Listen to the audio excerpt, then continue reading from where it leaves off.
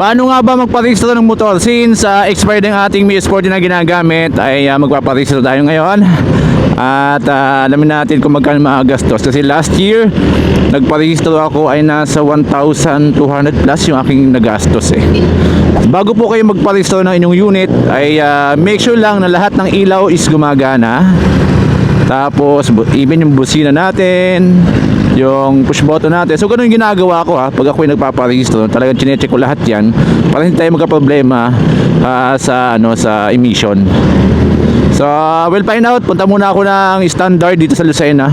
Kuha muna ako ng insurance. Magpapa-photocopy ako ng aking ORCR. Dito may photocopy dito sa Leikas Inc.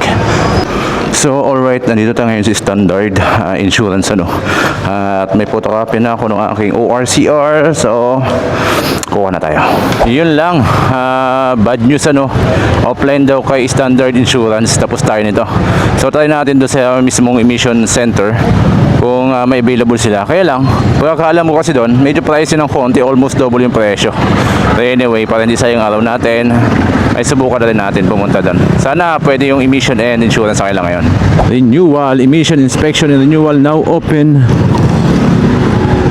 Alright. May insurance ba dyan? Magkano? 750. ORCR po na sir, pero po. Photocopy lang Tigil isang copy o dalawa? Dalawa. Bali dalawa naman yan. Oo. Sige sir, pasok ko. Dito ka na doon. Oo. Kaliwa po. Okay. Mabuti at walang pila. Usually, pag ganito naman ay walang pila talaga.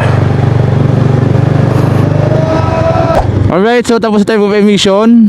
So bali ang binayaran ko sa emission is 560. Then yung po insurance is 750 pesos. Yun po yung una kong nagastos sa yung dalawang yun. Since yung standard kasi is offline, ay medyo mura kasi dun nasa 300 plus pesos lang yung dun insurance. Bali na doble yung presyo ng insurance natin. So going to LTO na ako. So pipila natin to. Doon tayo kukuha ng papel. Let's go! Dala ko na yung ating ORCR saka insurance at result ng ating emission. Alright, so tapos po tayo magparehistro ng ating Mi Sporty. At kagandahan pa ay nakuha ko na yung kanyang plaka So matutuwa na yung owner nito.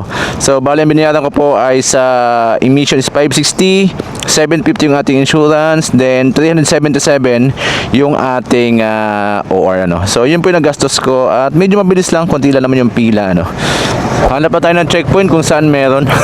Yabang Alright, so yun po yung ating process ng pagpaparehistro ng ating motorcycle At kagandahan kapag rehistrado yung motorcycle mo, may lisensya ka, kahit saan ka dumaan, walang problema, diba? Mapa-checkpoint na ng LTO, HPG or kung ano man yan. So legal tayo dumadaan sa kalsada kasi tayo po ay rehistrado at lisensyado. So maraming salamat po. Sana po may natutunan kayo at doon sa mga baguhan dyan na magpaparehistro ng motorcycle para makatipid po kayo makatipid kayo. Ay kayo na po mismo yung magparehistro niyan. Para at least ay alam mo yun, pag nagpalakad ka pa nasa 2,500 yung bayad pag ikaw nagpalakad. Pero pag ikaw lang, magkano yung ginastos ko? 750, 560, 300 plus, nasa 1,700. Pero ano pa yun tawag dito yung insurance sa LTO ko kinuha mismo. Pero kung sa standard yun, nasa 350 lang, ay mas makamura ako ng konti. Yun lang naman. So ayan may naghahanap ako ng checkpoint. Ayan may checkpoint pala dito. Yan sa kabila HPG. May na-check HPG. Tayo naman ay kompleto ngayon. Lalong lalo na at registrado ng motor natin. So yun lang po, ingat po tayo palagi at peace out, follow for more.